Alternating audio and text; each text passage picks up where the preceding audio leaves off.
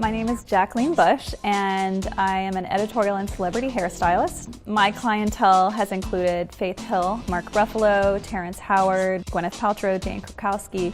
I want to be able to show you that hair isn't as intimidating or as hard as you think it is, and I want you to be able to have fun with it and do what your vision is with your hair. So now I'm going to show you how to straighten your hair with a flat iron.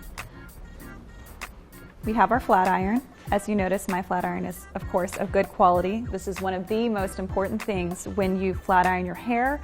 Any heat product you're going to take to your hair, whether it's a blow dryer, a flat iron, or a curling iron, very important to use good quality products.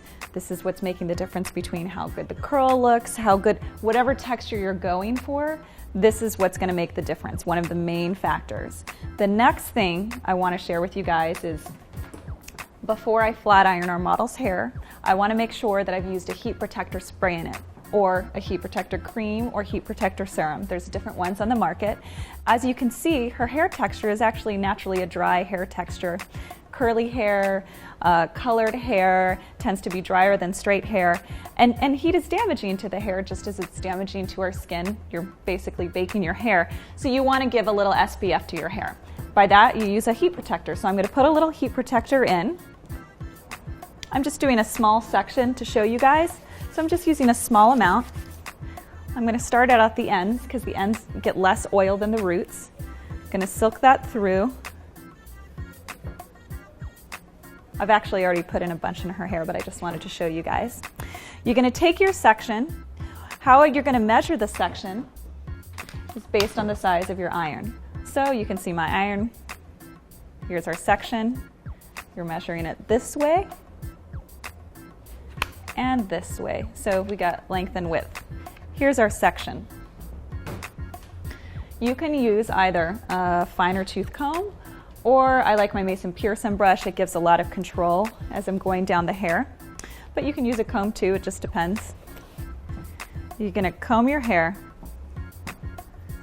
You're gonna start right at the root. I'm just gonna silk it through one time first. That's making it receptive to what you want your hair to do. You're gonna take that section, follow the comb and the flat iron together. As you can see, that made it really straight. Now, if you want a little bit of bend in your ends, what you can do, combing it through is making sure all those little hairs are gonna go through the iron.